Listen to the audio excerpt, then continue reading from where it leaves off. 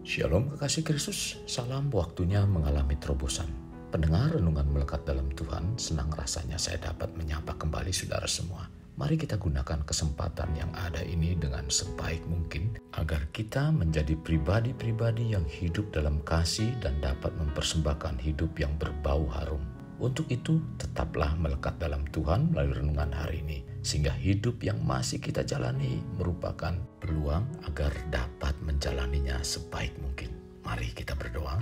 Bapa Surgawi, terima kasih buat waktu dan kesempatan yang Kau berikan dalam kehidupan kami. Bapa, terus hiasi hati pikiran kami dengan kebenaran firman-Mu, sehingga kami dapat bertindak melakukan semuanya ini semakin hari semakin menjadi pribadi-pribadi yang menyukakan Engkau. Selagi masih ada waktu dalam kehidupan kami Tuhan, Tuhan tuntun kami untuk menjalani kebenaran-Mu dengan sebaik mungkin. Bapa, biarlah Roh-Mu yang kudus mengingatkan kami untuk tetap berpegang teguh dalam kebenaran firman-Mu. Tuhan, ini yang menjadi kerinduan kami adalah pribadi-pribadi yang menyenangkan Engkau. Dalam nama Tuhan Yesus kami berdoa, amin. Melekat dalam Tuhan bertema masih ada peluang.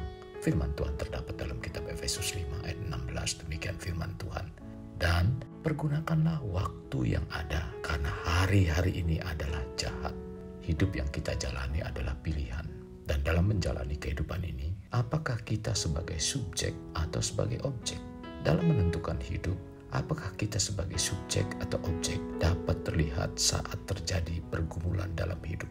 Apakah hidup kita jadi objek atau sasaran dari pergumulan yang menghantui hidup, sehingga hidup kita tidak terasa teraliri apa yang digumuli dan akhirnya kita mengizinkan kelemahan, rasa tidak aman terus mengikis perasaan dan menguasai, lalu timbul tindakan dengan mencegah bahkan menghalangi kita untuk menang dan mampu menjalani hidup dengan baik.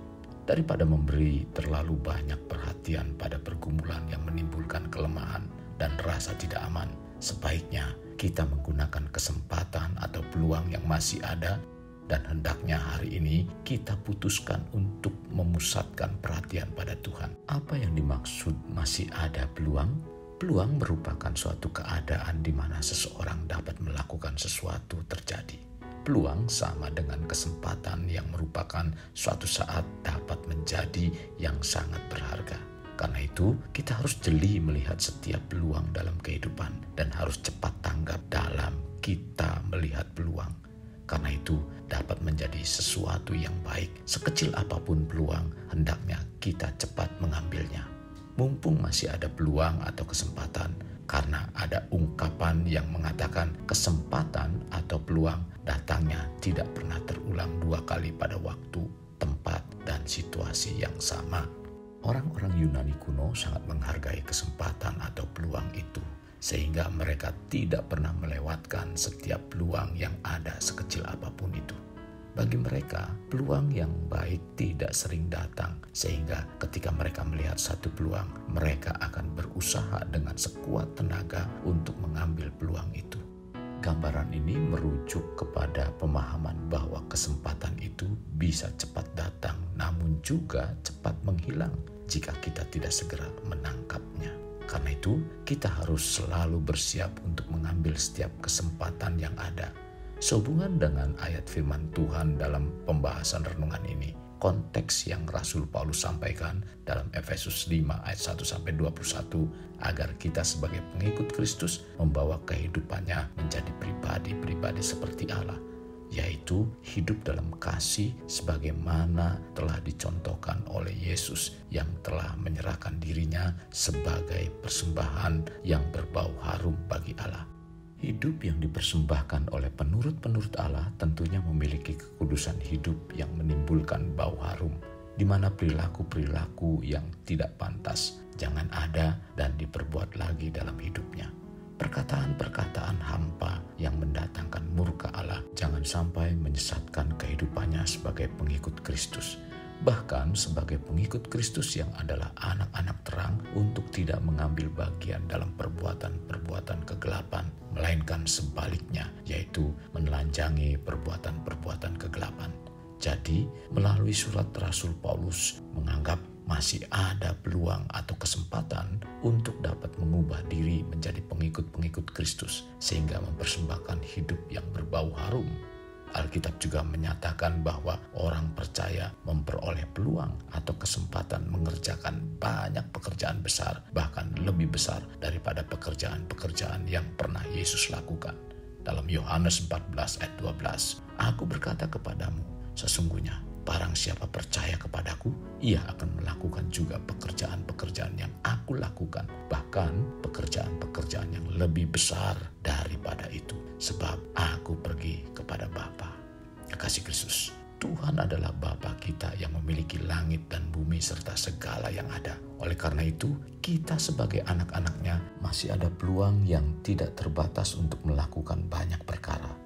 Maka selagi masih ada waktu dan peluang yang Tuhan berikan dalam kehidupan kita, hendaknya kita menjadi pribadi-pribadi yang percaya dan berkenan pada Tuhan terlebih dahulu sebelum Tuhan memberikan dan menghentarkan janji-janjinya yang dahsyat bagi kita. Kekasih, jangan kita menjadikan Tuhan sebagai objek atau sasaran dari kebutuhan kita atau kita pergunakan saat kita memerlukan Dia, yaitu saat kita minta tolong, minta berkat, ketika hidup terdesak, ketika bergumul dalam persoalan berat, barulah kita minta pertolongan Tuhan. Bahkan seringkali doa bagaikan ATM kepada Tuhan. Tuhan adalah subjek atau penentu. Dia adalah penentu dan pemelihara hidup yang menjadikan dunia bahkan memeliharanya. Bila Tuhan sebagai subjek atau penentu, bahkan Dia juga telah memilih kita. Wajarkah saat Tuhan menghendaki hidup kita menjadi penurut-penurutnya?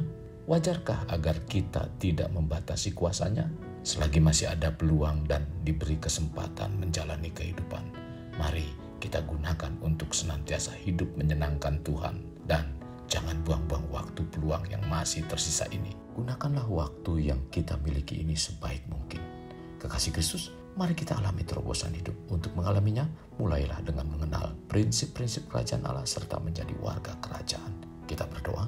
Tuhan, terima kasih buat firman Tuhan hari ini. Sungguh firman yang sangat memberkati iman percaya kami, Tuhan. Hari ini kami belajar dan diingatkan oleh firman-Mu agar kami dapat menggunakan waktu sebaik mungkin. Karena saat ini kami masih diberi kesempatan, masih ada peluang untuk memperbaiki hidup, untuk memperbaiki segala sesuatu yang ada. Ketika kami mengalami jalan buntu, ketika kami mengalami hal-hal yang tidak menyenangkan, bahkan banyak hal yang mungkin menyakitkan hati-Mu, Tuhan. Maka dari itu, waktu yang masih sisa ini, biarlah kami gunakan untuk kami mengkoreksi dan kami mulai melakukan dengan pertobatan. Karena di balik semua itu, sesungguhnya Tuhan hendak menjadikan keimanan kami menjadi lebih kuat dan menjadi pribadi-pribadi yang bernilai di hadapan-Mu, Tuhan. Tuhan, pimpin kami, bawa kami senantiasa menggunakan kesempatan sebaik mungkin, Tuhan. Dan jadikan kami menjadi pribadi-pribadi yang menghasilkan buah-buah yang menyukakan Engkau dalam hidup kami, pikiran, perkataan, dan perbuatan kami. Terima kasih Tuhan Yesus. Ini doa kami, dalam nama Tuhan Yesus kami berdoa. Amin. Kekasih Kristus, mari kita akhiri dengan mengendahkan kedua tangan kita.